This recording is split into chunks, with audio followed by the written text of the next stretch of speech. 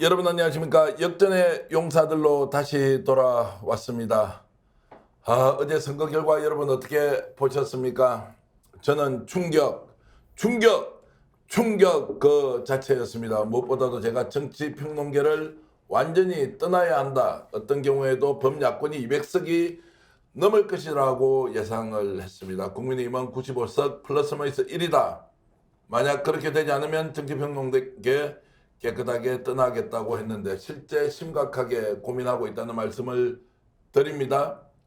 그리고 소나무당이 몇 석이라도 얻을 것이라고 기대를 했는데 예측치는 저희들이 0에서 4석이라고 했지만 생각보다 성적을 얻지 못했습니다. 어떤 방송도 다뤄주지 않을 때 소나무당이 갖고 있는 진가를 좀 알려드리고자 열심히 노력했지만 소나무당도 제대로 성과를 얻지 못했습니다.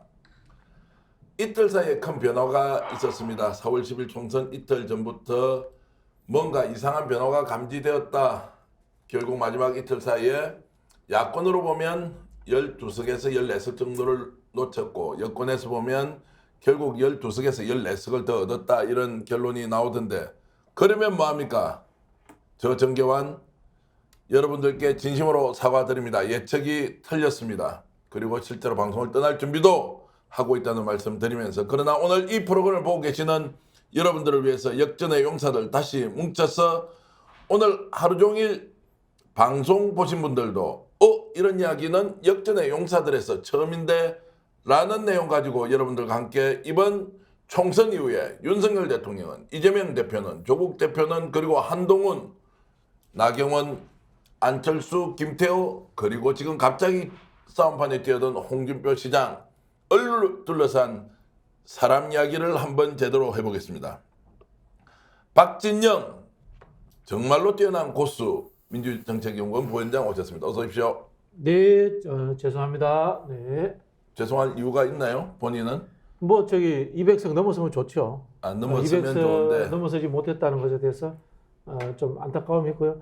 그럼에도 불구하고 역대 최대의 야당의 승리고 역대 최대의 여당의 패배라는 점에서는 의미를 부여해 주시면 감사하겠습니다. 지금 이 순간에 1800분이 벌써 들어와서 제 사과 오늘 방송 하려고 왔는데 다시 한번 더 죄송하다는 말씀드리고 소나무당 비례대표 1번으로 뛰었지만 자 분전에서나 패배했습니다. 노영희 변호사 나오셨습니다. 어서 오십시오. 네, 안녕하세요. 노영희 변호사입니다. 예. 힘내라! 힘내라! 할 수 있다! 툭툭 털고 일어나라! 자, 여러분 무림의 고수들이 이제 기가 죽어 있을 때 이렇게 신진 세력이 등장하면서 힘내라 큰 소리 외치고 있는데요.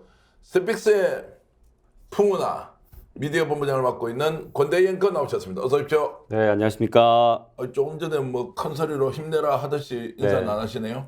일단은 저를 그 화면으로 미리 보신 분들도 우리 박 교수님도 그렇고 김성수 평론가를 닮았다는 그 말씀을 하셔가지고요. 영광이고요. 저 시작은 또 이렇게 하지만 또 준비하고 있는 게 있어서요. 네, 진행하면서 조금씩 꺼내보도록 하겠습니다. 자, 지금 윤정현님, 행복하자님, 보노보노맘님, 이서진님, 그리고 푸른하늘님 좋은 의견 주고 계시고요. 그리고 재미소님, 우리 IM 에릭미님, 영본생님 오랜만입니다. 어서 오십시오. 자, 여러분들 좋아요 누르지 않고 이 방송 보고 계시다면 지금 현재 좋아요가 524개인데요. 잠깐만 좋아요 누르면서 많은 분들이 그래도 저희들이 분석하는 정치인의 미래, 대권주자의 미래, 현재 권력의 미래가 어떻게 되는지에 대해서 함께 볼 수 있도록 여러분 공유해 주시면 더 좋겠습니다. 지금 524사람이 좋아요 누르고 있는데 지금 당장 1000명을 넘겨서 정말로 뜨거운 이야기 이어가도록 하겠습니다. 현재 2,500명이 시청하고 계십니다. 예, 네. 이제 2,500명이 넘었고요. 좋아요가 지금 뭐 700명쯤 되는데 어쨌든 좀 늘어난다고 보고 자, 이번 선거에 대한 규정을 어떻게 할 것이냐. 짧게 하고요. 실제로 윤석열 대통령이 앞으로 어떤 국정 운영을 할 것인지 이재명 대표는 조국 대표는 어떤 선택과 행동을 할 것인지 오늘 따져보겠습니다. 박진영 교수. 자, 저는 여전히 패배했다고 생각을 하고요. 이 패배라는 말이 범야권 세력의 패배다. 확실하게 이길 수 있었는데 그러지 못했다. 이렇게 보는데 오늘 아침에 전반적인 보도는 다들 국민의힘의 참패다. 뭐 이렇게 가고 있습니다. 어떻게 규정하는 게 맞습니까? 전계환 대표를 비롯한 스픽스 세력의 패배지. 이백성 넘긴다고 했는데 못 넘겼으니까 스픽스 세력이 패배한 겁니다. 스펙 세력이 패배하면 양채원 세력도 같이 패배한 겁니다. 우리 PD님도. 누군가는 책임을 지고 이 프로에서 하차를 해야 됩니다. 지금 바로 나가시죠. 제가 진행자 교체 지금 생각하고 있습니다. 예, 괜찮습니다, 여러분. 죄송합니다. 네, 떠나시면 안 윤석열 된다고. 정부를 심판했습니다. 네. 심판했는데요. 문제는 심판이라고 쓰고 괄로 쳐서 퇴출을 바랬던 국민들이 너무 많았다는 거죠. 그래서 심판했으면서도 뭔가 성에 차지 않는다. 2% 부족하다. 이런 찝찝함이 남아있지 않나 이런 생각이 드는데요. 저는 이 부분은 지금 이 선거뿐만이 아니고 22대 국회를 통해서 아주 구체적인 국정농단의 증거를 찾는다거나 또는 뭐 이 도이치모터스 특검을 다시 뭐 이름을 바꿔서 디올백 플러스 도이치모터스 특검을 올린다거나 이렇게 해서 다시금 퇴출하는 방법까지 끌고 나간다면은 아직도 민주당과 범야권의 진정한 승리, 퇴출까지 갈 수 있는 길은 남아있다. 이렇게 말씀드리고 싶습니다. 지금 사진으로 이제 한동훈 비대위원장 오늘 사퇴하기 전의 모습인데요. 자, 지금 한동훈 비대위원장의 마음 어떻겠습니까, 박 교수? 뜨끈뜨끈하겠죠. 뜨끈뜨끈하다는 것은 좋은 의미에서 나쁜 의미에서. 나쁜 의미죠. 본인은 날로 저 자리에 간 거 아닙니까? 네. 날로 법무부 장관이 됐고 생으로 제일 여당의 이제 여당의 비대위원장 당대표까지 되었는데 선거도 대충 셀카 찍고 남욕이나 하면서 날로 먹을 줄 알았던 것 같아요. 근데 이 날로 발전하지 않으면 갑자기 날로가 계속 나오는데 무너질 수밖에 없다는 거고요. 제가 보기에는 이분은 떠날 수밖에 없고요. 지금은 옆에 있는 이제 싸우려 이 정치 컨설턴트들이 잠시만 쉬면 다시 돌아올 기회가 생깁니다. 이렇게 이야기하겠습니다만은 영원히 돌아올 기회가 없을 겁니다. 자, 한동훈 이번에 퇴장했으니 앞으로 돌아올 길 없다 이렇게 이제 하고 계시고요. 노희 변호사 이제 일단 소나무당 이야기는 조금 이따 하고요. 네. 전체적으로 민심이 이렇게 반영되어서 참패다 아니다. 저는 이제 진보 세력의 참패다라고 이제 규정하고 있지만 오늘 언론은 이렇든 저렇든 다들 자, 국민의힘과 윤석열의 참패다 이렇게 정리하고 있는데 종합적으로 평가해 주시면 어떻습니까? 저는 당연히 전기현 대표 말이 안 맞다고 생각합니다. 이거는 사실 민심이 표출된 계기고요. 지난번에 우리가 180석을 민주당에 몰아줬었는데도 불구하고 아무것도 된 게 없어서 맨날 하던 말이 그거지 않습니까? 도대체 180석 몰아줬는데 한 게 뭐냐? 소용없다. 그래서 이번에 사실은 151석을 처음에 이재명 대표는 목표로 했었어요. 그런데 지금 170석 넘게 사실 성공을 한 거지 않습니까? 그 얘기는 다시 한번 기회를 준 거거든요. 그러니까 이해찬 대표도 이렇게까지 2번이나 기회를 받았는데 이번에도 또 잘못하면 안 된다 이런 얘기를 한 겁니다. 그래서 저는 이번에 우리 국민이 마지막으로 민주주의가 다시 한번 제대로 설 수 있도록 기회를 준 거라고 생각하고 그렇다고 해서 전적으로 모든 거는 또 막 몰아주지는 않는 게 대한민국 국민의 특성이기 때문에 전 이 정도면 완전히 압승했다고 생각하고요. 다만 여기서 이제 가장 핵심은 이겁니다. 국민의힘이 지금 108석을 얻지 않았습니까? 이제 국민의힘 사람들이 그동안에 선거할 때 죄송합니다, 잘못했습니다, 앞으로 잘하겠습니다 여러 번 얘기했었잖아요. 그 얘기가 진정성이 있는 것이었는지 아니었는지는 앞으로 특검 저희가 만약에 소나무당이 원내에 들어갔었더라면 정말 특검을 열심히 하자고 주장했었겠지만 그게 이제 안 된 상황에서 민주당이라든가 조국혁신당이라든가 이런 분들이 김건희 특검이라든가 이채 양명주라든가 이제 이런 거 관련해 가지고 계속해서 문제를 삼을 거잖아요. 그거 할 때 혹시라도 대통령의 거부권을 행사하지 못하도록 또 내지는 국민의힘 사람들이 우리 그동안 잘못했던 거 반성하고 앞으로 정말 제대로 된 진실을 규명할 수 있도록 이번에 한번 힘을 모아서 보여드리겠습니다. 이것을 이 108명에 한번 보여주면 되는 거거든요. 저는 그래서 이번에 국민들이 또 절묘하게 의석을 나눠서 잘 배분해 주었다고 생각을 하고 있고요. 한번 좀 기대를 또 한번 해보면 좋겠다 생각합니다. 제가 108석 108번 내 이제 외우기도 쉽습니다. 108번 내. 그리고 108배라고 얘기하지 않습니까? 뭔가 새로운 깨달음이나 깨우침을 얻을 때 이제 108번 절을 한다는 것인데요.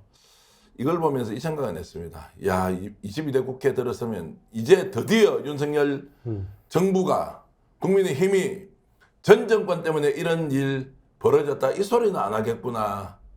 설마 다시 문재인 때문에 나라 망쳤다. 이재명 때문에 나라 망쳤다. 그게 아니라고 국민들이 준엄하게 심판해 준 것은 알고 정치를 정상화시키면 좋겠다 이 생각은 했습니다. 어저께 이제 중계방송을 저희들이 개표방송 한 7시간 했습니다. 권대 앵커 정말 고생을 많이 했고 그 전날 계속 밤을 새다시피 하면서 자료 준비하고 했는데 어제 거의 롤러코스터 분위기였습니다. 자, 최초에 그 개표를 시작했을 때 제가 언뜻 보니까 150대 70 정도로 국민의힘이 앞서고 네.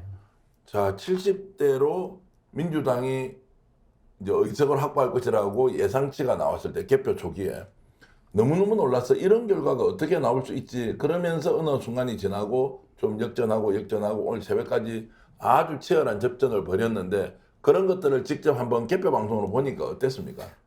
지금 말씀하셨다시피 또 우리 지금 시청하시는 분도 마찬가지겠지만 뭐 TV를 통해서든 또 모바일 통해서든 다양한 방법으로 보셨을 텐데 그 개표가 시작될 초기 뭐 한 5%도 안 됐던 시기에서 이미 국민의힘이 굉장히 앞서가는 거 보면서 우리 그 스픽스 우리 구독자분들도 불안에 떨고 심장이 쫄깃쫄깃하다 하시면서 이대로 끝나는 건가 벌써부터 그렇게 좀 파장 분위기로 이어졌던 건 사실입니다. 그런데 이제 저희 그 평론가 분들도 그랬지만 뚜껑은 열어봐야 된다는 얘기는 예전부터 계속했지만 지금 시기에 이미 판단을 해서는 안 된다라고 누누이 말씀드렸고 역시나 판세는 바뀌었습니다.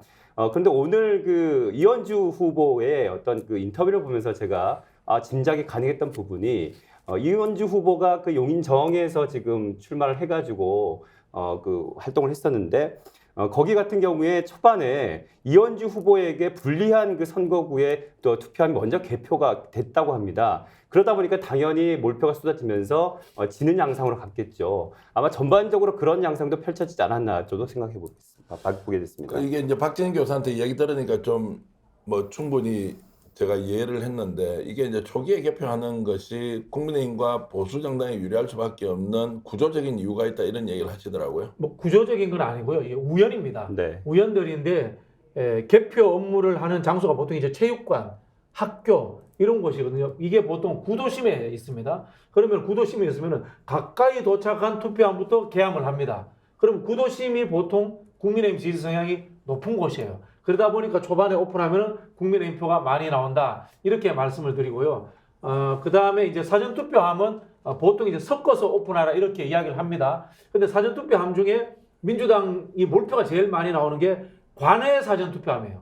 사전투표가 두 가지가 있습니다. 관내, 예를 들자면 제가 경주시 사람이면 경주시 사람이 투표한 것이 있고요. 그 다음에 전국의 타 지역에서 투표한 것들이 경주로 넘어옵니다. 요거는 이제 관내 투표함인데 요건 굉장히 분류하는데 시간도 많이 걸리기 때문에 결국은 이건 늦게 개표하게 됐습니다. 그러다 보니까 민주당이 마지막에 가서 역전하는 경향이 많이 생기는 거예요.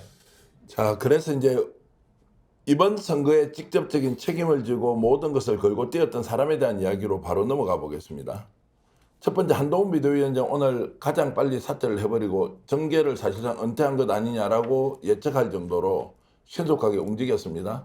한동훈 비대위원장이 이런 정도로 책임을 적극적으로 진다라고 하는 것이 노임묘사 어떤 의미입니까? 한동훈 비대위원장 그냥 신물 나니까 떠나버린다? 아니면 실제로 정치적으로 책임을 져야 하니까 언젠가 돌아올 텐데 일단 지금은 내가 몸을 낮추고 빠져주겠다 어떻게 봐야 됩니까? 사실 한동훈 비대위원장이 진정성 있게 떠난 건 아니라고 생각해요. 지금 당장은 이제 면피용으로 내가 그냥 그만두겠습니다. 그러고 나간 것이고 그래서 같이 있던 그 사무총장인가 그 사람도 지금 같이 그만두는 거잖아요.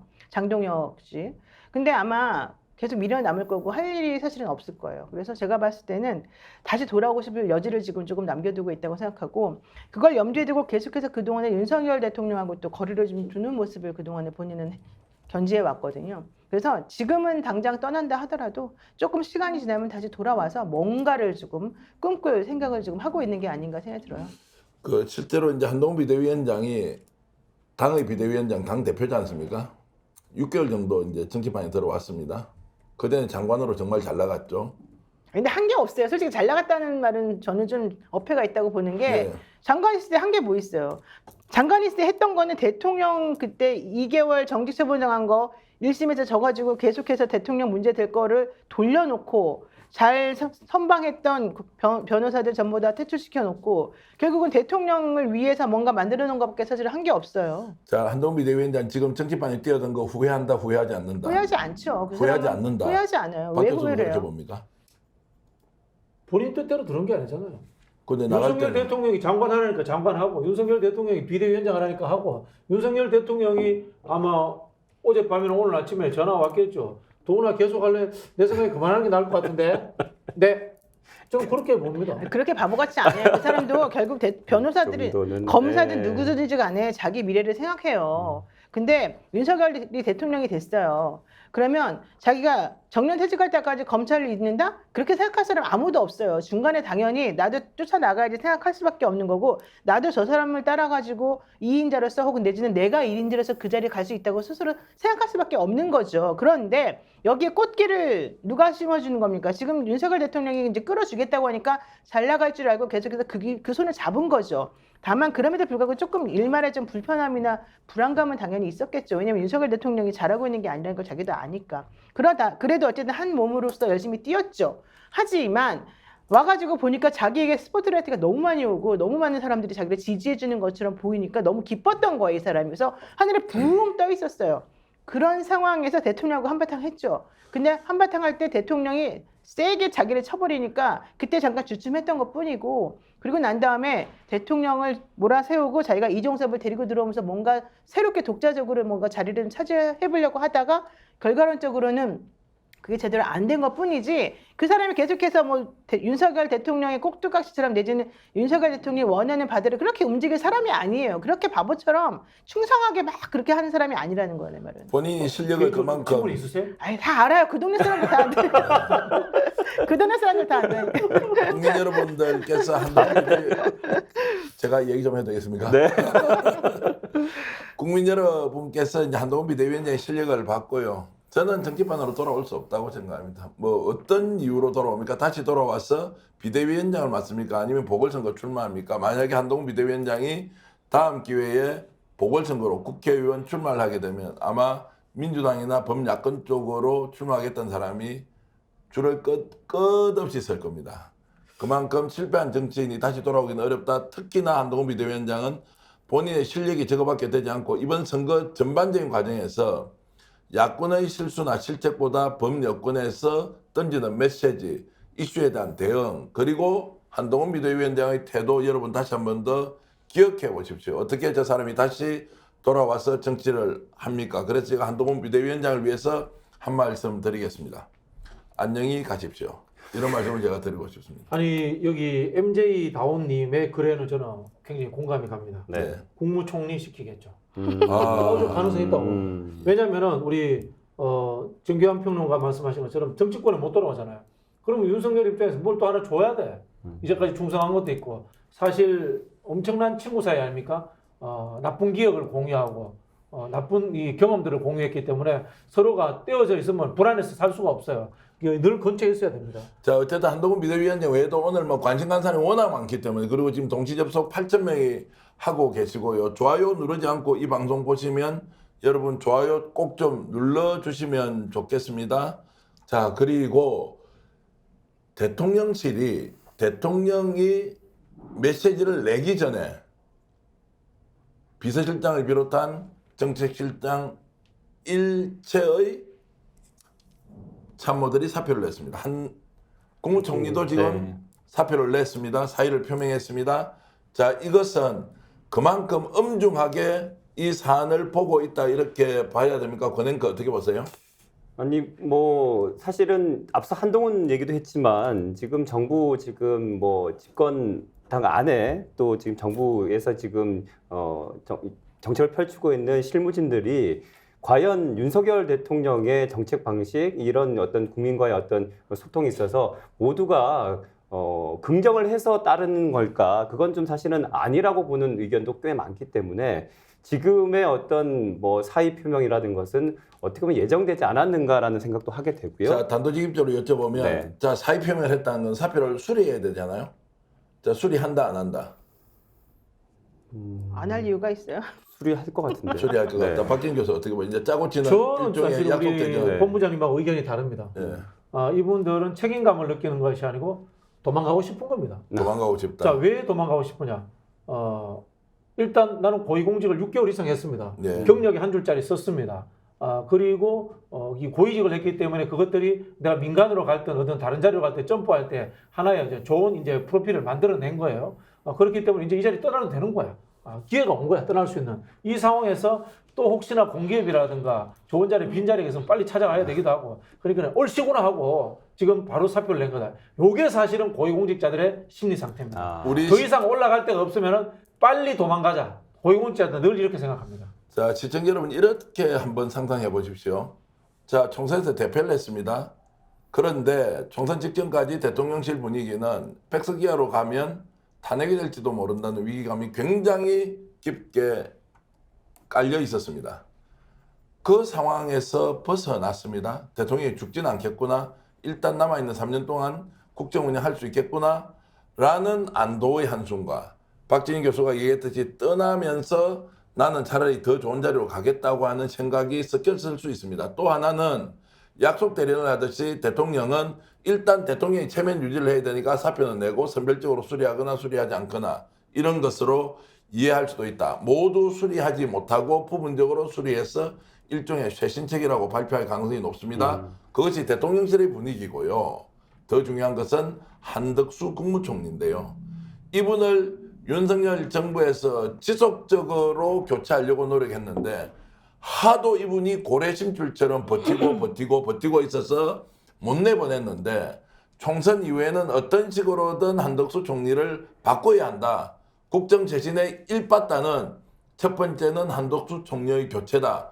그래서 제가 알기로는 대통령실 주변에 벌써 총선 이후에 누가 국무총리를 할 것이냐라고 하마평에 오르는 사람도 상당히 많이 있습니다. 그래서 국무총리는 바꿔서 국정 재신의 일련의 결정을 할 가능성이 높다고 노영민 저는 그렇게 보고 있습니다. 근데 지금 국무총리를 바꾸려면 야당하고 또 이게 돼야 되는 거잖아요. 네. 동의를. 그래서 그 부분에 있어서는 뒤로 딜이 들어갈 가능성이 조금 있어 보이는 네. 거고요. 대통령실에서 제가 알기로는 매우 기뻐했답니다.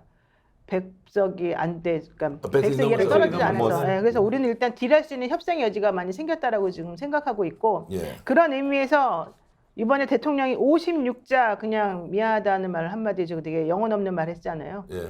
이게 지금 대통령실의 태도인 거고 네. 대통령실이 앞으로 보여줄 모양이에요. 그래서 사실은 잘해야 돼요. 그래서 지금 민주당하고 조국혁신당이 지금 1당하고 3당이 됐지 않습니까? 결론적으로 이분들이 쓸데없이 딜하거나 뭔가 조금 여지를 남겨주거나 이렇게 하면 안 되는 것이고 국민들이 힘을 몰아줬으니까 윤석열 정권하고 타협하지 않고 정말 전략적으로 머리를 잘 써가지고 이 대통령이 함부로 하지 못하도록 좀 잘 막아줘야 되거든요. 그래서 지금 질문하신 거에 대해서 한덕수 총리 당연히 잘라내고 새로운 사람 이제 국무총리 넣고 본인들이 뭔가 하는 것처럼 포장은 할 것으로 지금 보여요. 근데 포장은 하면서도 어쨌든 본인들 체면 구기지 않고 식물 대통령이라도 어쨌든 좀 살아남을 수 있게끔 뭔가 좀 조치를 좀 취하려고 지금 상당히 뒷작업을 많이 하고 있다. 지금 그 전부터 사실은 뒷작업이 조금 들어갔었는데 이제부터 본격적으로 들어가고 있다. 이 얘기 좀 나왔습니다. 지금 댓글로 우리 애청자분께서 저도 읽어보세요. 봤어요. 좀 말씀하세요. 네. 국무총리 노영이 노영이 가자. 또 있고 또 있습니다. 예찬이 시켜라. 나 놀리는 거야 지금. 너무한 거 아니에요 지금 나한테? 아까 어떤 사람은 노영이는 뭐 너무 정치를 몰라 이랬는데 내가 당신보다 더 잘 알아 솔직히.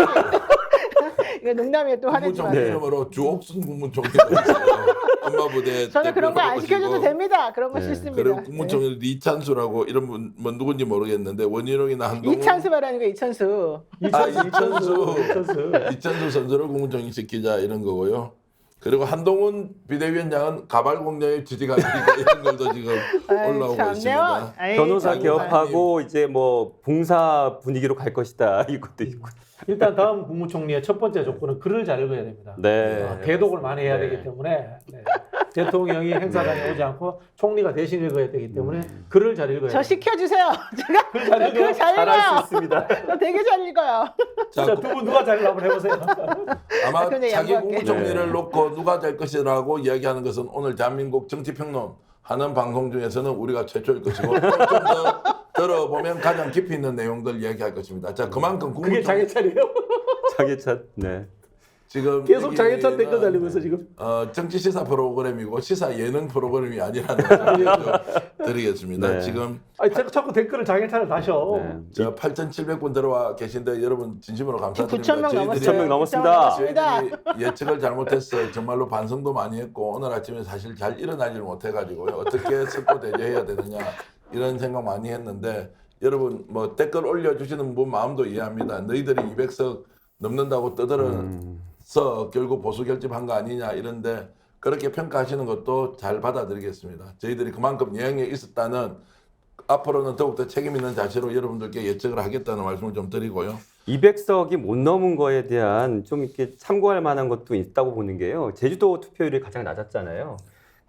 거기서 이제 인터뷰하신 분들도 내용도 보니까 이길 줄 알고 안 했다라는 또 의견들도 네. 있었습니다. 어차피 판세는 민주당으로 흘 거니까 뭐 나 하나쯤 안 해도 되겠다 이런 생각 하셨던 것 같아요. 네. 자 일단 국무총리는 날아간다. 후임 국무총리 물밑에서 경쟁이 매우 치열하다. 그러나 국회 동의를 받아야 하는 과정에서 과연 어떤 정치적 카드가 나올 것인지 궁금한데 장해찬 아니고요. 이천수 선수도 아니고요. 한동훈, 원희룡 다 아닙니다. 김원국 계속 이게 예능으로 가고 있어요. 아 이거 계속 달고 있습니다 어떤 분이. 네. 김원국 뭐 이런 분도 아니고요. 아니 그래서 총리는 천공입니다도 나왔어요. 예, 그것도 이제 아닌데 저희들이 오늘 이제 여러분들이 정말로 궁금해하고 있을 윤석열 대통령의 심리 상태는 천만다행이다 죽다가 살았다라고 생각하고 있느냐 아니면 정말로 130석 혹시라도 과반 일당이 된다고 착각하고 있다가 큰 충격에 빠져서 도무지 이 상황을 헤어나지를 못하고 있는 것이냐에 대해서 이것은 뇌피셜로 시작하겠습니다. 윤석열 대통령의 심리 상태에 대해서 노인 변호사 심리학 전공 변호사입니다. 어떤 상태입니까? 윤석열 대통령은 일단 뒤통수 꽉 맞았고 자기는 당연히 132석 업문화를 믿었던 것 같아요. 엄경영 그 사람을 믿었던 것 같아요. 예, 그래서 자기는 149석 그분이 계속 얘기했잖아요. 그래서 사실은 된다고 믿었다가 갑자기 이렇게 크게 떨어져가지고 헤맸지만 나머지 밑에 있는 사람들은 전부 다 가슴을 쓸어내리고 야 우리 그래도 아직까지는 살았다 이렇게 생각하고 있다고 합니다. 제가 총선 여당 승리 주장을 했던 전문가 예측 읽어드리겠습니다. 조금 전에 얘기했던 그분 소장님은 170석 국민의힘 처음에 예상을 그랬다가 했고요. 처음에 149로 그랬습니다. 바뀌었죠. 그리고 또 다른 분은 160석 이상, 또 유명한 대학 교수님도 170석, 그리고 정치평론가 중에 한 분이 160석, 뭐 쭉 이렇게 있습니다. 여당의 단독 과반이라고 얘기했던 분도 많이 계신데 물론 저도 할 말이 없습니다. 저는 범야권이 200석 넘는다고 했고요. 국민의힘이 95석밖에 안 된다고 했는데 저도 틀렸지만 이만큼 이제 이제 예측치가 많이 차이가 난다 또는 이제 이렇게 되어서 윤석열 대통령이 어쨌든 심리 상태가 이분들 말씀을 믿었으면 150석 넘을 수도 있다 이렇게 착오하고 있었다 이렇게 볼 수 있습니까, 박 교수? 그렇죠. 뭐 제대로 보고가 됐겠습니까? 윤석열 대통령한테 제대로 보고가 됐다면은 본인이 그 와중에 의사 관련 국민 담화를 내고요.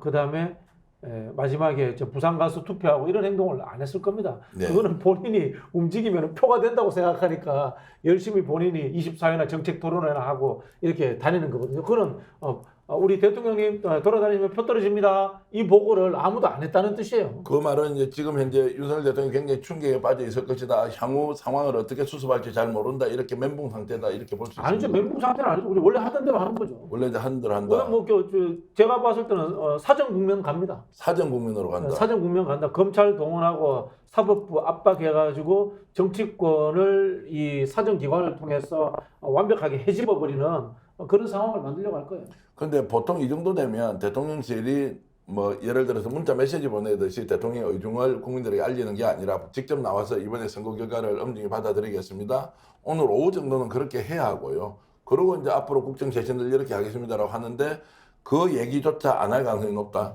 그런 게 있는지 모를 거예요. 이 정권은. 일단 하는 게 뭐 수사밖에 없고 그다음에 뭐 자기 마음대로 하는데 그런 생각할까요? 아까 이제 우리 한동훈 비대위원장이었는데 한동훈 비대위원장이 비대위원장 돼서 한 역할은 또 하나 있어요. 김건희 특검 제의된 거 막았잖아요. 네. 그러니까 최악의 위험 요소들은 다 막은 거예요. 탄핵이 될 만한 가능성이 있는 100석 미만도 넘었었고요. 거부권 그대로 행사할 수 있고요. 그다음에 이 제의되는 것에 대해서도 막을 수 있고요. 뭐 여러 가지 할 수 있는 거 그대로 원래하고 다른 거 하나도 없습니다. 그 원래 했던 게 뭡니까? 야당이 발목 잡는다는 핑계로 어떤 국정도 하지 않으면서 자기가 하고 싶은 야당 대표 수사하고 그다음에 정적들 돈봉투 의혹 억지로 만들어가지고 집어넣고 그거 계속 할 수 있는 겁니다. 그리고 위험한 게 개혁신당이에요. 사실 지금 여러분들께서 개혁신당의 정치성을 어떻게 생각하실지 모르겠지만 저는 조금 애매하게 생각해요. 지금 개혁신당 같은 경우에는 세 석이 지금 들어왔잖아요.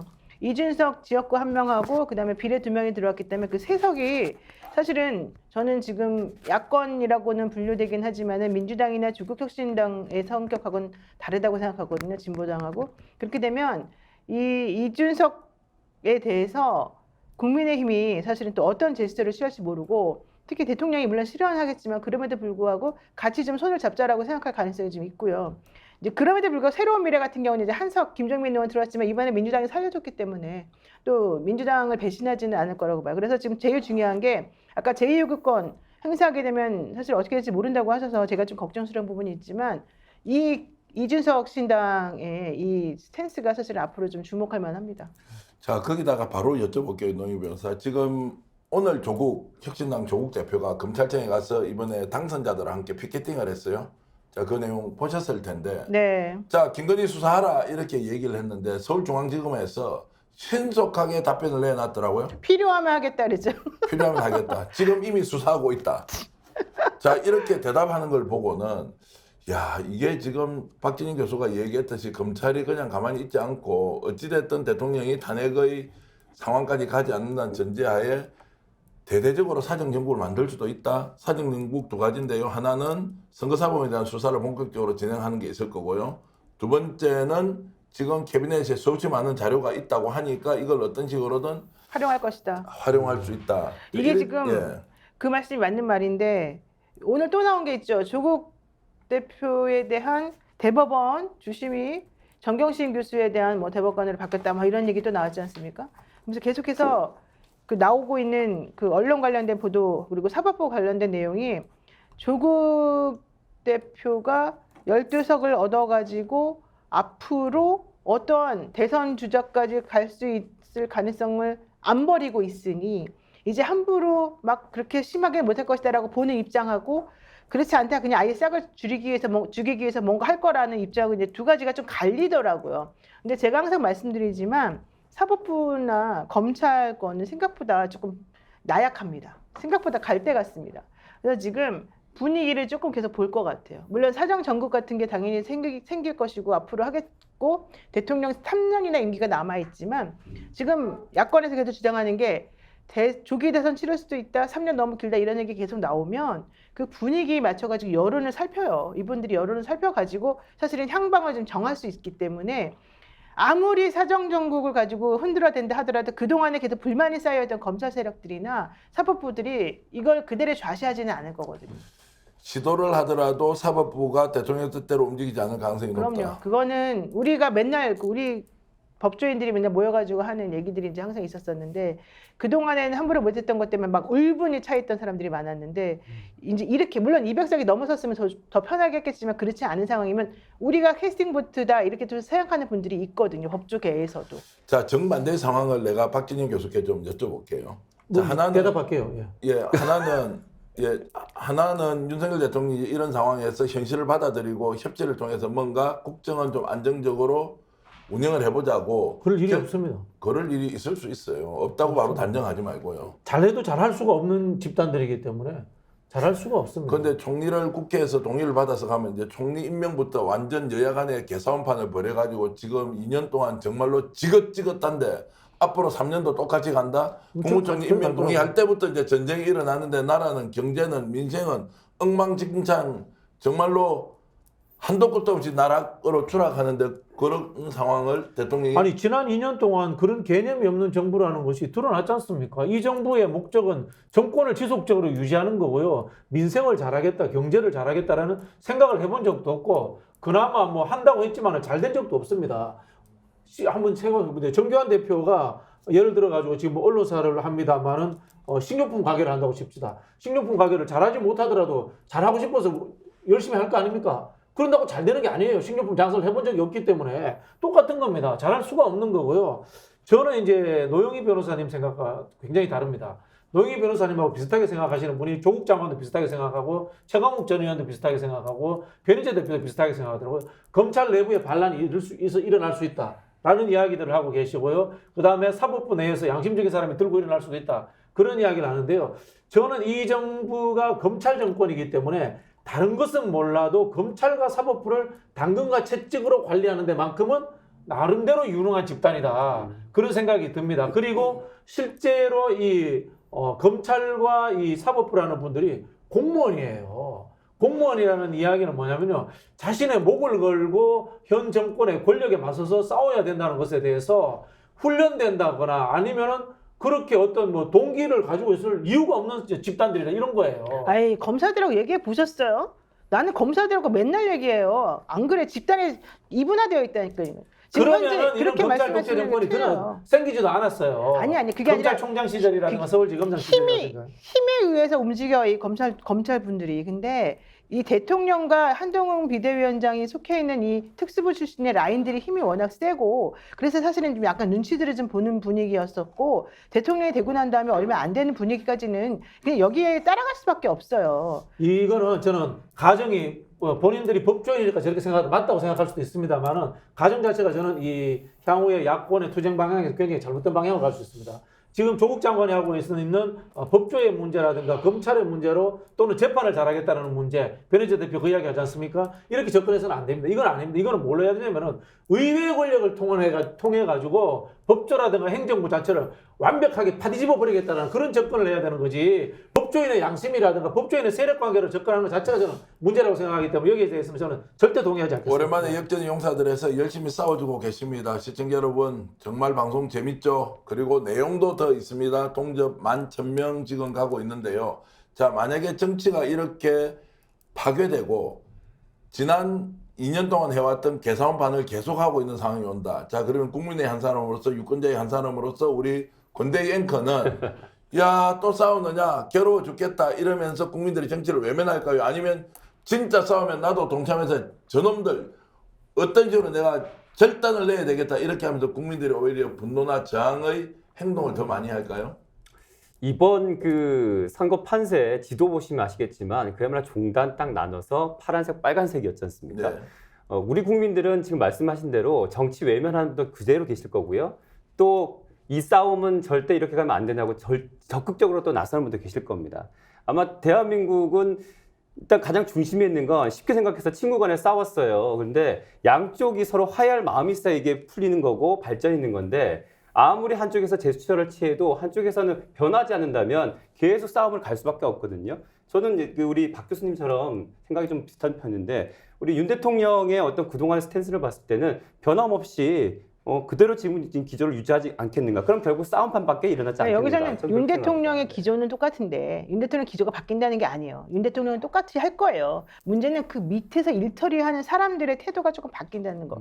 내지는 바뀌냐 바뀌지 않냐 이거 말하는 건데 박진영 교수는 안 바뀐다는 얘기고 네. 저는 이제 바뀐다는 얘기예요. 그러니까 대통령이 바뀐 얘기가 아니에요. 대통령은 안 바뀌어요 절대. 자, 그래서 여기서 이제 중요한 게 지금 야당이 어떻게 싸우느냐의 문제보다 집권 여당 국민의힘에서 이번에 자기 대권 주자라고 칭하는 여러 사람들이 들어왔습니다. 자, 나경원, 안철수, 권성동. 그리고 권성동 뭐 이런 분은 네, 아닌 네. 것 같고요. 제가 보기에는 아니고 그리고 네. 김태호 전 경남지사 네. 이런 사람들이 이제 들어왔고 오세훈 시장이 지금 버티고 있고 네. 홍준표 시장이 지금 뭐 이번에 봐라 뭐 철없는 사람 데리고 들어와서 엉망진창 된다고 이미 내가 이야기하지 않았느냐 이러면서 막 참전을 하고 있습니다. 자, 그러면 이런 집권 여당 내부에서 자기 대권을 위해서 다음 지방선거를 위해서 이 문제가 국민의 눈높이에 도저히 맞지 않다. 저항할 수 있는 거 아닌가요, 박 교수? 뭘 질문을 정확하게 해주세요. 뭐에 대해서 윤석열 대통령이 이렇게 그냥 어떤 무한 독주 부분에 대해서? 방식으로 그냥 뭐 수사하고 그게 저항의 여기가 아니라 검사들이 나날을 판단한다니까요. 윤석열 말을 들었다가 내가 나중에 골로 가겠구나. 그렇죠. 이래가지고 일을 안 한다니까요. 그러니까 사람들이 자꾸 제 얘기를 오해하는데 검사들이 뭐 윤석열 대통령의 말을 잘 들어서 이 사람 말을 그대로 따른다 이 뜻이 아니라 일단 대통령 안 바뀝니다. 밑에 있는 검사들이 눈치를 본다는 겁니다. 내가 윤석열 대통령 말을 들어가지고 그냥 그대로 그 말을 따랐을 경우에 나중에 후폭풍이 어떻게 될지 모른다. 내가 예를 들어서 이재명이가 대통령이 된다. 예를 들면은 뭐 조국이 대통령이 된다. 근데 그들을 친다. 나 나중에 출세 끝났다. 이렇게 그렇죠. 본다는 거죠. 네. 그러니까 함부로 못 움직인다는 거야. 차라리 그럴 때는 시간을 조금 두고 질질질 끌면서 뭔가 결론을 안 내려주던가 다른 방식으로 치던가 이런 방향으로 움직일 가능성이 더 높다는 말을 하는 거예요. 윤석열하고 지금 힘도 없는 윤석열하고 내가 같이 가가지고 다 같이 똥통에 빠지겠다? 이렇게 생각을 안 한다고요. 자, 국민의힘 내부는 그러면 어떻게 될 거냐? 윤석열 대통령이 알아서 이렇게 막 치고 나가면서 독주를 하려고 한다. 이게 제재하지 않겠습니까? 국민의힘 내부에 자기 대권 주자들이. 누군데요? 다 어떻게 차기 대권주자가. 자기 대권 주자를 인정하지 이야기하는 나경원 그리고 뭐 네. 나경원? 아유 절대 오늘 아닙니다. 홍준표 시장도 아니 뭐 너희 어떻게 제재합니까? 못해 아니 당에서 못해. 공식적인 의견을 자 윤석열 대통령이 거리를 두고 우리는 동의하지 않는다라고 하면 어떤 걸 추진할 때 할 아니 수가 있습니까? 대통령이 행정부의 수장으로서 검찰이라는 사정권을 가지고 경찰이라는 수사기관을 가지고 하는데 국민의힘에서 어떻게 제재합니까? 아 이거 잘못됐다. 이것은 무리한 것이다. 정상적으로 말 안 정치보고하라, 협치하라 이렇게 얘기하지 않겠습니까? 그러니까 그런 얘기 하죠. 그런 얘기 하죠. 살아있는 권력이라는 것이 한순간에 없어지지도 않고요. 이제 노영희 변호사 말씀하신 이야기가 공직자들의 생리 맞습니다. 네. 공직자들의 생리 맞는데 지금 우리가 생각하는 심판했다, 힘이 빠졌다라는 것과 실제로 공직사회가 완전히 멈춘다라는 것과는 엄청난 차이가 나는 거예요. 대통령의 임기가 한 5, 6개월 남았다. 그리고 대선을 치러가지고 누가 당선될 가능성이 높아졌다. 그러면 그때하고 뭘까요? 다르죠. 지금도 인사권을 가지고 있고 예를 들자면 이렇게 생각합니다. 대통령 임기가 3년 남았기 때문에 나는 2년 동안 빼먹고 1년 후에 도망가면 돼. 이게 공직자들의 생리예요. 그래서 지금 당장 공직자들의 예를 들어서 이제 뭐 검찰 쪽에 말이 먹히지 않는다, 경찰 쪽에 말이 먹히지 않는다. 이거는 죄송합니다만은 이제 공직 생활 안 해보신 분들의 생각인 것 같고 실제로 그렇지 않습니다. 그 박진영 교수의 토론 방식이 제 얼굴을 보면서요. 너 왜 이리 무식해? 잘 모르겠어 이런 느낌을 주는데 우리 시청자 여러분들은 야 오늘 토론 재밌다, 논쟁 재밌다, 제대로 된 싸움 본다 이렇게 주고 계신데요. 지금 벌써 12,000명이 들어와서 12,000명 정도 되는 우리 시청자 여러분들이 방송을 보고 계시고요. 자, 그래서 제가 이제 좀 더 들어가 보겠습니다. 자, 지금 국민의힘의 여권의 유력한 대선 주자라고 자칭하는 분들이 들어와 있다고 치고요. 이 사람들 그러면 실제 윤석열 대통령의 국정운영에 아무런 영향을 미치지 못한다? 그거는 그분들한테 달려 있는 게 아니고요. 예. 야권과 언론에 달려 있습니다. 네. 야권이 강하게 나가면서 압박을 하면은 그리고 여론이 그것을 받아주면 이 사람들도 움직일 수 있는 모티브가 생기고 뒷배경이 생기는 거예요. 네. 그렇지 않은 상황에서 우리가 총선 졌으니까 윤석열 몰아내고 우리 중심으로 당 재편해야지 우리가 주도적으로 움직여야지 절대 안 됩니다. 이거는. 자, 그러면 이거는 정치의 현실입니다. 그 야당의 이제 싸움에 따라서 다르다. 그럼 야당을 주도하는 사람은 이재명 대표입니까? 아니면 조국 대표입니까? 어쨌든 이재명 이재명이죠. 대표죠. 이재명 대표가 오히려 더 주도적으로 가야 한다. 그렇죠. 네. 근데 이럴 수도 있지 않습니까? 이재명 당대표 쪽에서 보면 자 지금 조국 대표가 왔고 이미 탄핵 쪽으로 못 가니까 나는 진행되는 상황 좀 쳐다보면서 상황에 따라서 대처를 하면 되겠다라고 한 발 떨어져서 그냥 쳐다보고 있을 가능성이 있지 않습니까? 그렇지는 않죠. 지금 이미 진행되고 있는 게 있지 않습니까? 예. 총선 때 공약했던 이종섭 그 호주 대사에 대한 특검 이야기도 있었고요. 그다음에 최상병 관련되는 수사가 진행되는 부분들도 있기 때문에 그걸 국회로 갖고 와서 또 이걸 가지고 또 상임위도 열어야 됩니다. 네. 그런 것들 자체가 전부 다 압박이 되는 거죠. 자 그러면 국회가 이제 5월 30일 날 열리지 않습니까? 이번에 회기본이 5월 30일부터 시작하면 지금 이제 4월이고 5월 30일까지 아직 한 달 보름 정도 시간이 있는데 이 사이에는 그럼 국회는 뭐 합니까? 아무것도 안 하고 있습니까? 21대 국회 가면 되죠. 21대 국회 21대 추진한다. 국회가 제가 봤을 때는 당장 해야 될 것이 윤석열 정권의 관권 선거 시도 진상규명 국정조사를 해야 됩니다. 예. 윤석열 대통령이 24회나 돌면서 전국 토론을 했지 않습니까? 거기에서 공직자들을 동원하는 방식이라든가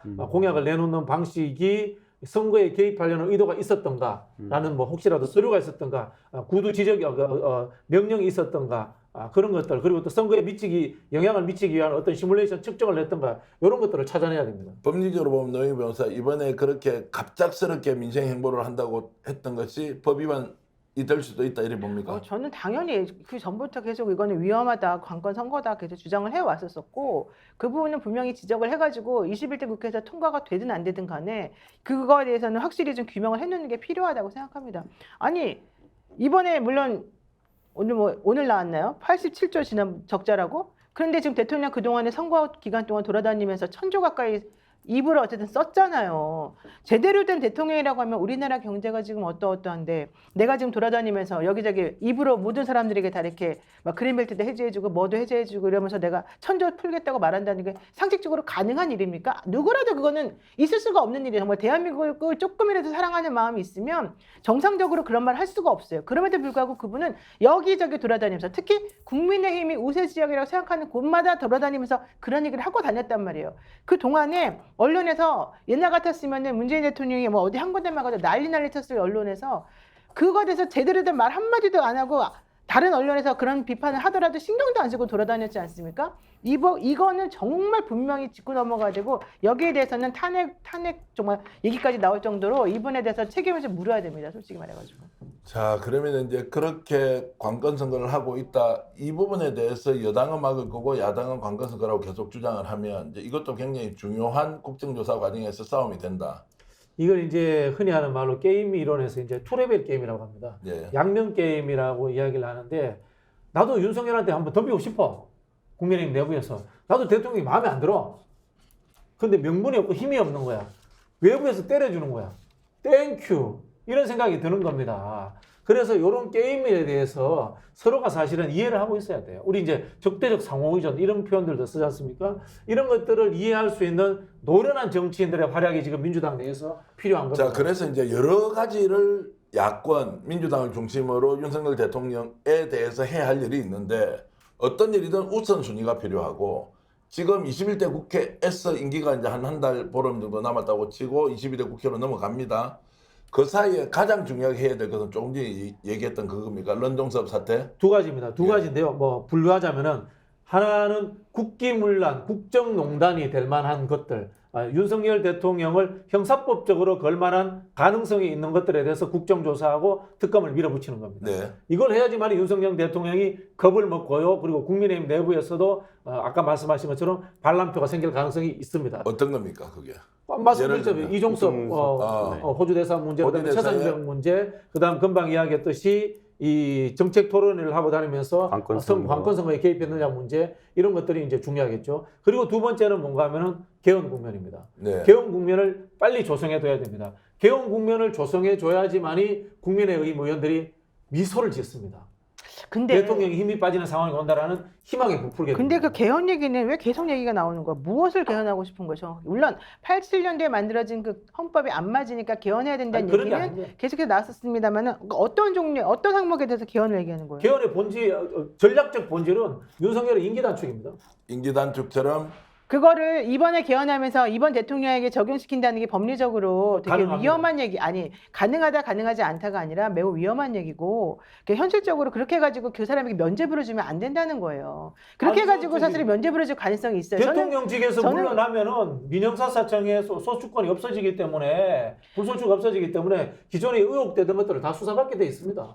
자, 이런 그러니까 그 얘기가 지금 그 사람이 그걸 몰라가지고 그거를 전부 다 오케이 하고 그럴 상황이 아니잖아요. 저는 현실적으로 예를 들면 개헌에 동의한다? 누가 동의를 해주겠어요? 국민의힘 의원들이 다 동의합니다. 그러니까 그렇게 하려면은 현실적으로 이 윤석열인의 파에 죄송합니다. 윤석열 대통령과 그 분들이 지금 말씀하신 것처럼 내가 이번에 개헌을 당해가지고 내가 여기서 쫓겨나면 이 자리를 물러나게 되니까 나의 모든 형사적으로 문제가 됐던 것들 그동안에 잠재되어 있던 모든 것들이 다 이번에 한꺼번에 나를 공격해 올 거라는 걸 모를 리가 알고 있죠, 알고 있죠. 없잖아요. 알고 있죠. 개헌이라고 하는 게 되게 어려운 일이고 이거 투표하고 뭐하고 진짜 시간 많이 그래, 드는 이제 이런 거 아니겠습니까? 그거보다는 결국은- 오히려 차라리 탄핵으로 가는 게 훨씬 쉬워요. 자, 이게 그 둘 다 같이 하는 거죠. 둘 다 같이 하는데 첫 번째 탄핵 이야기를 해볼게요.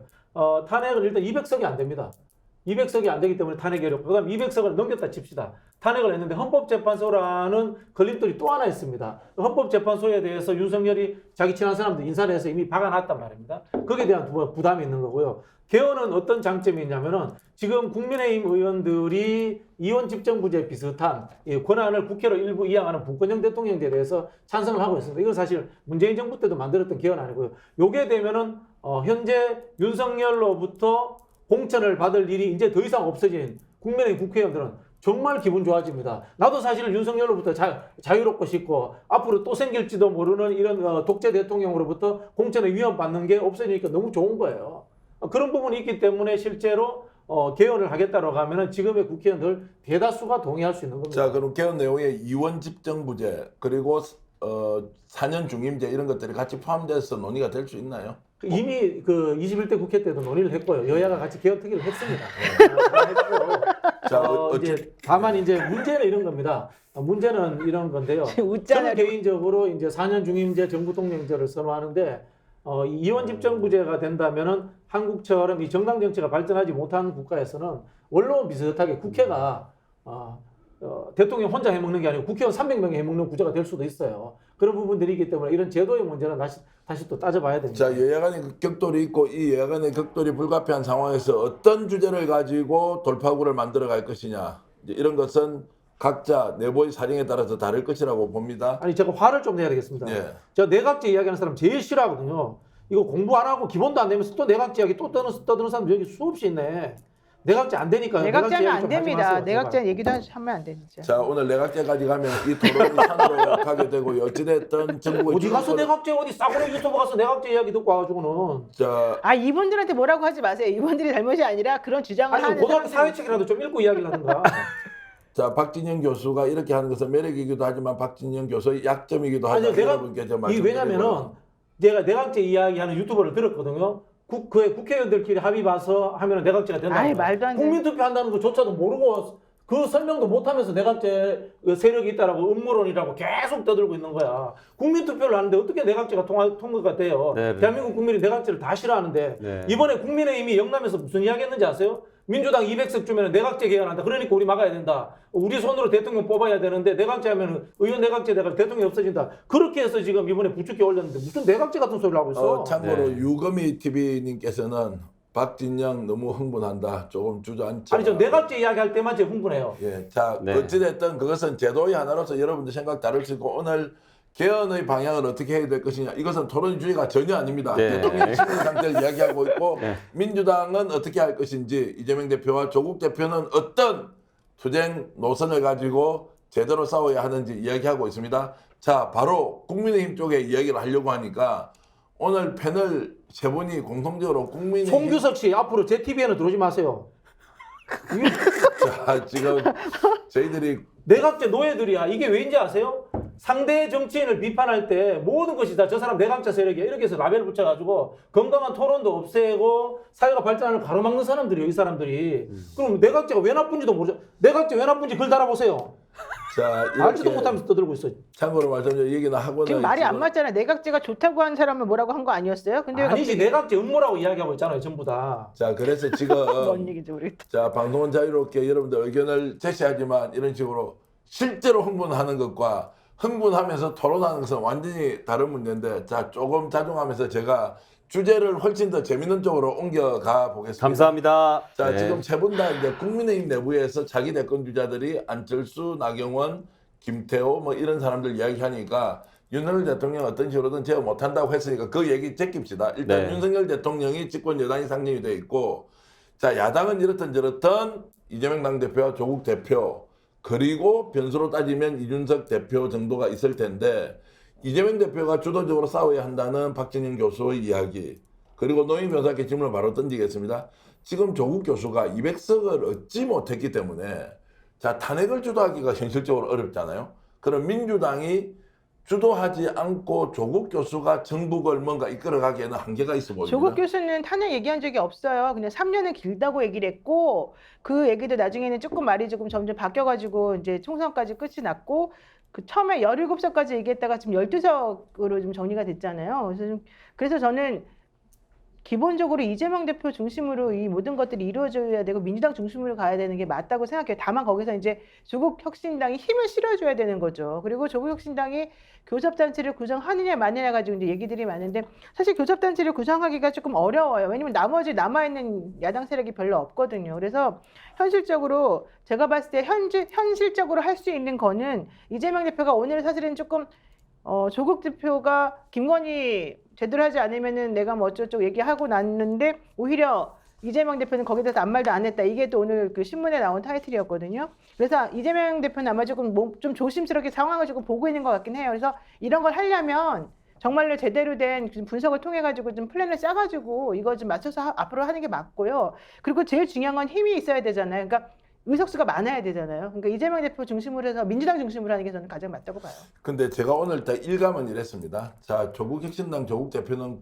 바로 당선되자마자 중앙지검으로 찾아가서 피켓팅하는 김건희 수사라고 얘기했고, 윤석열 대통령은 본인의 의사를 직접 대면하지 않고 그냥 일종의 문자로서 대통령의 뜻을 전달했고, 이재명 당대표는 아무 말은 안 했어요. 자, 그냥 가만히 놔두는 게 아니에요. 그분 스타일이 막 먼저 나서서 하는 건 아닌 것 같아요. 제가 봤을 때는. 자, 그래서 제가 이제 느낌은 이렇습니다.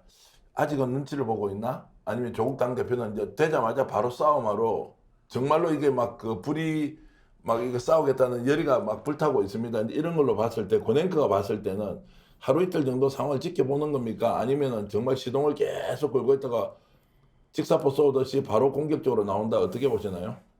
드디어 제가 말을 할 수 있는 시간이 예, 예. 너무 지금 흥분돼 있는 상황이어서 좀 뭐 흥분이 정확하게- 아니고 토론 네. 굉장히 재밌고 아주 아, 박진감 네. 넘치고 좋은데요. 그래서 이 좋아하시는 분은 좋아하시는 것 같고요. 예. 네, 또 싫어하시는 분은 어쩔 수 없는 거고. 예. 네. 저는 지금 아까 좀 이게 다루면서 좀 계속 드는 생각은 지금 질문에 대한 답변이 아닐 수도 있습니다만 그 차기 대권 주자들로 이제 그 국힘에 뭐 나경원, 안철수, 또 오세훈까지도 언급하셨지만 지금 원탑은 이재명 대표 아니겠습니까? 예. 근데 이재명 대표가 지금은 이제 선거 기간이니까 양당의 어떤 싸움으로 갔지만 결국은 대통령이 나갈 사람이기 때문에 지금 앞으로의 어떤 그 야당에서의 당대표의 입지를 봤을 때는 이렇게 싸움 위주로 가지만은 않지 않겠는가라는 생각도 합니다. 왜냐하면 보수의 어떤 이번에 집결됐던 부분들을 봤을 때 굉장히 많은 분들이 전국 혼란을 걱정하셨기 때문에 이런 지점들이 또 부울경에 나타났다고 보는데 그거를 이재명 대표가 모르지 않는다. 그럼 앞으로 대권으로 나가는 데 있어서 그 의견 또한 아마 염두에 두고 진행되지 않겠는가. 저는 그래서 계속 싸움만 일어나는 여야의 어떤 그런 국회의 모습은 아니지 않겠는가 생각하고 있습니다. 자, 뭐 그렇게 볼 수도 있고요. 제가 그냥 뇌피셜로 질문 하나 드리겠습니다. 이렇게 지금 우리 이제 사진이 나오고 있는데요. 이재명 당대표의 저 표정 안에 야, 이번 총선 이겼다. 야, 생각보다 못했어. 아니면 아예 졌다. 자, 이거 어떤 마음일까요? 본인의 쪽으로 한번 이야기해 보세요. 방송 오랫동안 하셨으니까. 그러니까 뭐 사람들 많이 만나면서 말을 하고 또 뭐 제스처를 하면서 그 사람의 비언어적인 요소까지 느끼면서 어떤 사람은 느낌을 보는데요. 좀 전에 봤던 그 사진 속에서는 아쉽다. 아쉽다. 오늘 기대한 바가 있었는데 이거는 내 계획과는 좀 다르다. 이런 느낌으로 표정 읽었습니다. 박 교수, 나는 솔직히요. 이번에 하늘에서 준 정말 천운의 기회를 어떤 식으로든 국가를 정상적으로 되돌리는데 200석만 넘었으면 됐겠다. 참패했다. 대패했다. 국민힘이 아니라 범진보진이 그렇다라고 하는 저의 생각은 박진영 교수 약간 상황 잘못 읽고 혼자 그냥 판단하는 겁니까? 유튜브 하시다 보니까 유튜브 안에 갇혀 계시는 것 같아요. 지금도 내각제 이야기하는 분들 있잖아요. 유튜브 안에 갇혀 계시는 분들이 있어요. 고등학교 사회책 다시 보고 오시라니까요. 도대체 왜 그래요? 본인이 지금 여기 꽂혀 있어요. 이런 거예요. 이게 이 방송을 들으면 서로가 소통하고 변화하려고 하잖아요.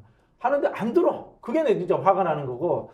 이렇게 보시면 돼요. 이재명 대표와 조국 장관의 차이는 이런 겁니다. 조국 장관은 아이디어와 의견을 내는 거고 이재명 대표가 이야기하면 결론이 돼버려요. 그렇기 때문에 이재명 대표는 남들보다 빨리 이야기할 수가 없는 겁니다. 왜냐하면 국회 다수당의 당대표고 대권주자로서 지금 지지율 넘버원이란 말이에요. 네. 이재명 대표는 아이디어로 이야기하는 게 아니고 말을 꺼내면 해야 돼요. 집행이 실제로 되어버려요. 그렇기 때문에 훨씬 더 조심스럽고 정리해서 뒤에 따라갈 수밖에 없는 겁니다. 상황이. 이재명 당대표가 오늘 승리를 즐길 정도로 현 상황이 녹록지는 않다. 이제는 민생이다. 국민들 살려야 한다고 했는데 이제 이 이면에 있는 것은 승리했다, 승리하지 않았다에 대한 자체적인 평가가 필요할 텐데요. 왜냐하면 선거라는 것은 어떤 경우에도 선거 자체가 가지고 있는 것에 대한 평가를 반드시 해야 된다. 왜 이겼느냐, 왜 졌느냐. 그럼 우리는 이번 선거를 승리로 볼 것이냐, 패배로 볼 것이냐, 아니면 이도 저도 아닌 것이었느냐라는 것이 중요한데 제가 이제 지금 현재 민주당 내부에서 이번 총선 결과를 자축하면서 승리했다고 할 것이냐, 아니면 부족했다, 더 열심히 싸워야 하는데 못했다, 이런 것들은 너무너무 중요하기 때문에 이 질문을 던지는 겁니다. 아이, 당연히 승리했죠. 잘했죠. 처음에 공천을 잘못했네, 잘했네, 얼마나 난리쳤습니까? 이재명 대표가 대표되면서부터 지금까지 한 게 뭐 있냐 이 소리 제일 많이 들었었잖아요. 그리고 이재명 대표 솔직히 말해서 대표하는 내내 흔들어댔던 사람들이 누구예요? 이낙연 새로운 미래 대표를 중심으로 한 지금 밖에 나가가지고 결국은 원내에 진입 못했던 그분들이 사실은 정말 흔들어댔었고 그분들 쳐내느라고 지금까지 고생했었던 사람이 이재명 대표잖아요. 그래서 이번에 절치부심하고 공천할 때 그렇게 사람들의 반대를 받더라도 어쨌든 본인이 밀고 나가서 끝까지 여기까지 온 거잖아요. 당연히 승리했죠. 저는 이제부터 이재명의 시간이라고 생각하고 더 중요한 거 이재명 대표에게 계속해서 사람들이 올감했던 얘기 중에 하나가 뭡니까? 사법 리스크예요.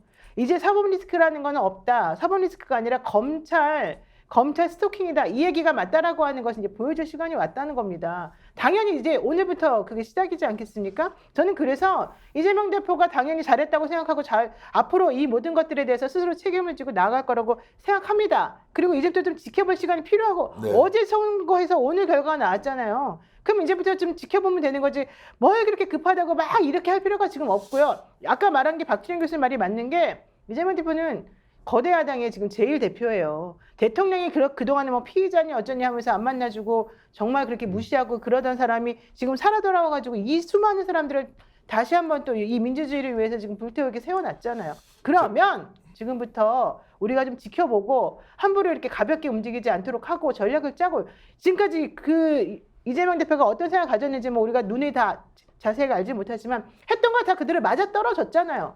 그러면 앞으로도 잘할 것이다라고 지켜보는 게 맞아요. 그리고 정치적인 장난질 치는 사람들하고 같이 싸워가지고 여기까지 왔으면 보세요. 그분이 기반이 하나도 없으니 여기까지 왔잖아요. 이제 정말 잘할 겁니다. 제가 총선 특집을 지난 한 달 동안 진행하면서요. 바로 제 옆에 앉아 있는 박진영 교수한테 이렇게 욕을 많이 먹고요. 마주보고 있는 노영희 변호사한테도 이렇게 급하게 서둘러서 이재명 당대표가 뭘 할 건지 질문하지 마라. 좀 지켜보고 두고 보자. 이런 말씀 질타로 잘 듣겠습니다. 오늘 배가 부릅니다. 밥을 많이 하면 배가 부르고요. 오늘 욕 많이 먹습니다. 그런데 시청자 여러분들이 이렇게 토론하는 방송 좋아하시면요. 좋아요 누르고 저희들 방송 계속 이 발음도 잘 안 됩니다. 계속 방송을 욕을 너무 많이 먹어서 배가 부르니까 갑자기 말도 안 나. 제가 제일 잘하는 게 말인데 말을 잘 못하고요. 목소리는 좀 안 좋지만 말은 잘하는 참 오늘 힘이 들지만 여러분 구독 좋아요 이렇게 눌러주시고요. 주변에 끝까지. 공유도 해주시면서 방송 보시는데 앞으로 남아있는 우리 방송 자녀분 동안 더욱더 열심히 여러분들 좀 더 초고속으로 토론 진행할 텐데요. 뭐또 계속 해야 돼요? 자, 좀 제발 좀 진행자 말 좀 따라주시면 좋겠고, 아이고 자기 색깔 강한 분들 방송은 재밌는데 옆에서 진행하기는 쉽지가 않습니다. 자, 그래서 말인데요. 이재명 당 대표가 지금 이런 상황에서 여러분 제가 또 앞서가는 질문을 박진희 교수께 좀 하겠습니다. 네. 민주당 전당대회가 이제 7월달 아닙니까? 네. 7월달, 8월 8월달입니까? 8월달 이제 전당대회면 민주당은 어쨌든 이겼다. 자축 분위기에서 의사하고 좋습니다. 차기 당권 경쟁도 조기에 불이 붙을 가능성이 있다. 총선이 일단 끝이 났으니까 이재명 당대표는 어떤 그렇지 생각을 않다라고. 그렇지 않다. 네. 천천히 결국은 여야의 관계의 수위 예. 아까 말씀드린 것처럼 윤석열 정부에 대해서 이제 국정조사하고 특검을 해가지고 윤석열 정부를 뭐 탄핵까지 몰아붙일 수 있는 상황이 온다면은 전당대회가 중요한 게 아니죠. 전당대회가 중요한 게 아니기 때문에 그쪽으로 힘이 실릴 것이고요. 이게 좀 교착 상태처럼 된다면 이제 전당대회 국면으로 빨리 전환될 수도 있고 그렇죠. 정치라는 게 이제 한 4개월 정도 남아 있으면 한참 남아 있는 것이고 그 사이 일어날 여러 가지 이제 정치적 상황들 때문에 여야간이 어떻게 격돌이 벌어지는지 좀 더 봐야 한다 이렇게 생각하고요. 제가 오늘 넘겨짓기 질문하는데 뭐 따라오지도 않고요. 그런 질문 왜 했느냐 이런 표정으로 전당대회가 뭐 중요하냐 지금 이제 국회 저는 지금의 전국을 속도전 상황이라고 생각합니다. 네. 속도전 상황이라는 게 윤석열이 어쨌든 100석은 넘겼지만은 정치적으로 몰렸기 때문에 본인이 쓸 수 있는 행정부의 사정권, 경찰권 이런 것들을 가지고 야당을 완벽하게 또 해집어 보려고 할 거예요. 마지막 최후의 수단을 쓸 겁니다. 그러면은 야당은 국회 권력을 가지고 여기에 대해서 또 강력한 이 상대 펀치를 날려야 되는 겁니다. 네. 자, 제가 이제 토론 막바지로 간다고 하니까 야 역시 이 방송할 때요. 시청자 여러분 제가 한 말씀 드릴게요. 여러분 유튜브 보고 또 유튜브를 만드시는 분도 있잖아요. 자, 방송 막바지로 달려갑니다. 이 말을 하잖아요. 그러면 그 순간부터 동접자가 빠져나가기 시작합니다. 오늘 방송 밤새도록 하겠습니다. 여러분 나가지 마시고 계속 들어주시면 좋겠고요. 자, 그래서 전국의 주도권은 야당이 줄 수밖에 없다. 자, 윤석열 대통령이 이런 상황에서 자신의 뜻대로 계속 고집을 피우면서 국정 운영을 할 것이냐 아니냐 여러분 어떻게 보십니까? 자, 박진희 교수 지금 제 질문 정확하게 듣고 대답 좀 해주십시오. 지금부터 윤석열 대통령은 사실상 식물 대통령이 된다. 식물 대통령이 된다. 자기 뜻대로 하고 싶은 것 못하고 정치권, 국회, 의회 권력에 의해서 통제당할 것이다. 아니다. 식물 대통령이 되어야 한다.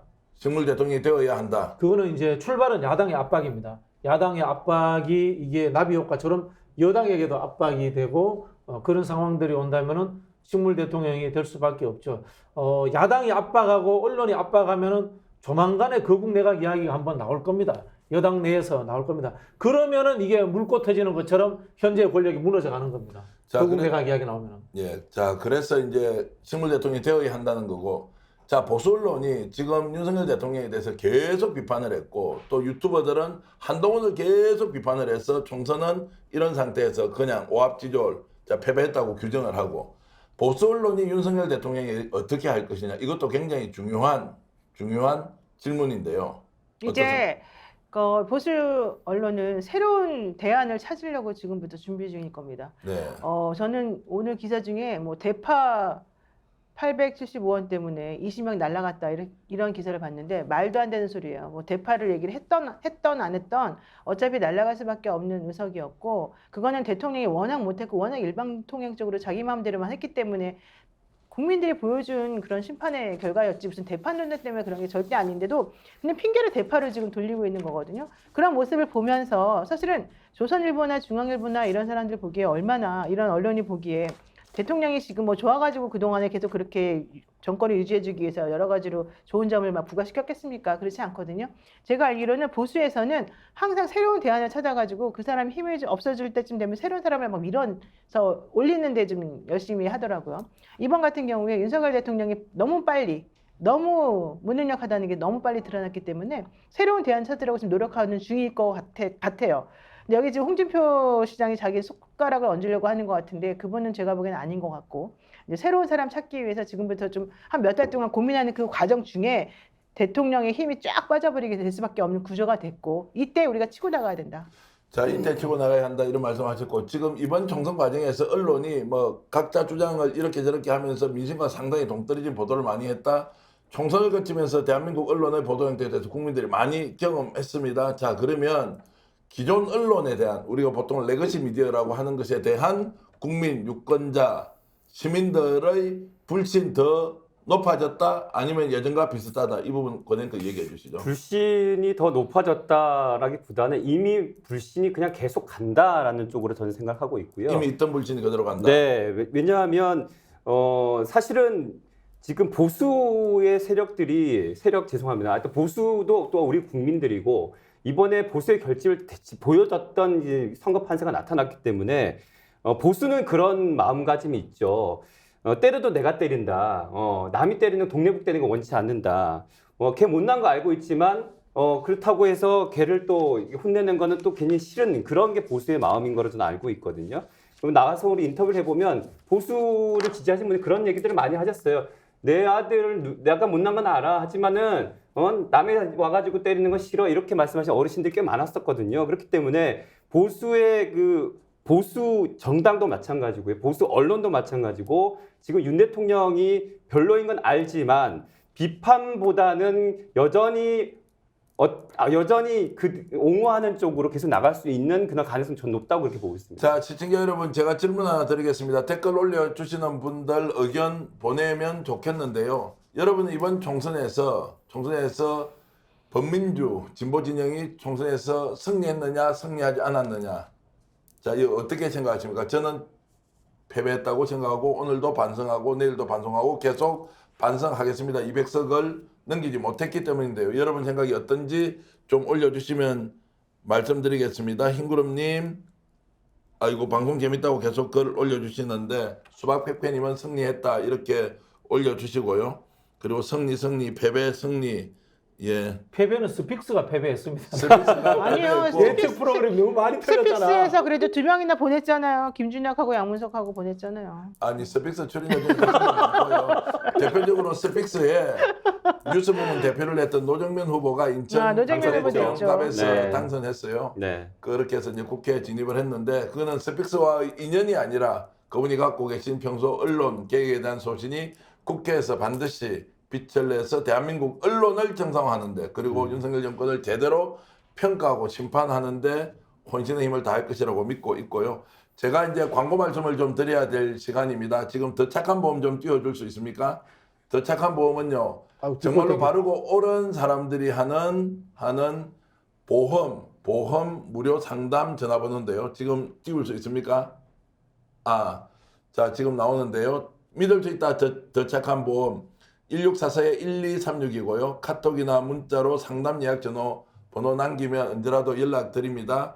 자 이분들께 전화하면요. 여러분들의 보험 상담 그리고 세무 상담, 재테크 상담 그리고 자영업을 하거나 개인 기업을 하시는 분들도 뭔가 회사에 중요한 세금 문제가 있다고 하면 더 착한 보험에 연락하시면 전문 상담사가 무료로 여러분들께 정보를 제공해 준다. 1644-1236입니다. 그리고 광고 하나만 더 보여주시면 고맙겠습니다. 자 경성 한우인데요. 경성 한우는 대구 달서구 죽전 내거리 인근에 있는 정말로 값싸고 질 좋은 한우를 판매하는 대구의 명소입니다. 대구에 계신 분들은 1등급 플러스 한우를 100g에 9,900원에 맛볼 수 있고 좌석이 무려 550석이 됩니다. 싸다. 초대형 매장인데 죽전 내거리에 있고요. 주차 100대까지 가능하니까 여러분 필요하시면 053-573-8900으로 연락하셔서 예약하시면 단체 손님들이 갔을 때도 정말로 값싼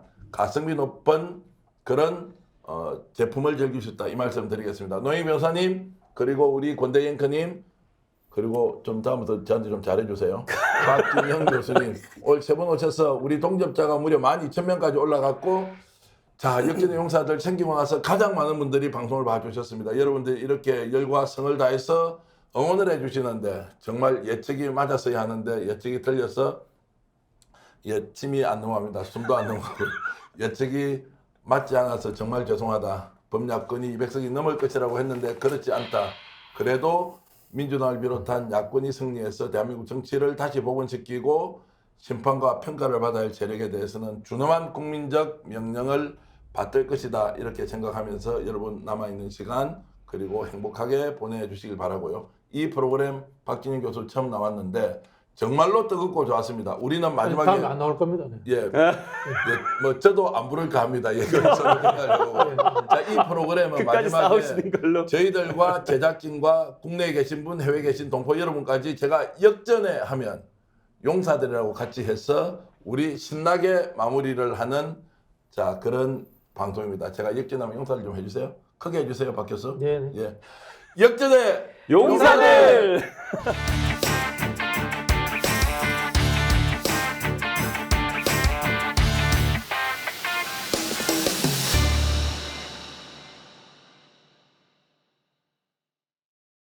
스픽스는 말하는 언론입니다. 대세는 유튜브, 그중에서 스픽스. 좋아요, 댓글, 구독, 알림 설정. 여러분이 저희를 사랑해 주시고 우리가 여러분을 사랑하는 4가지 방법입니다.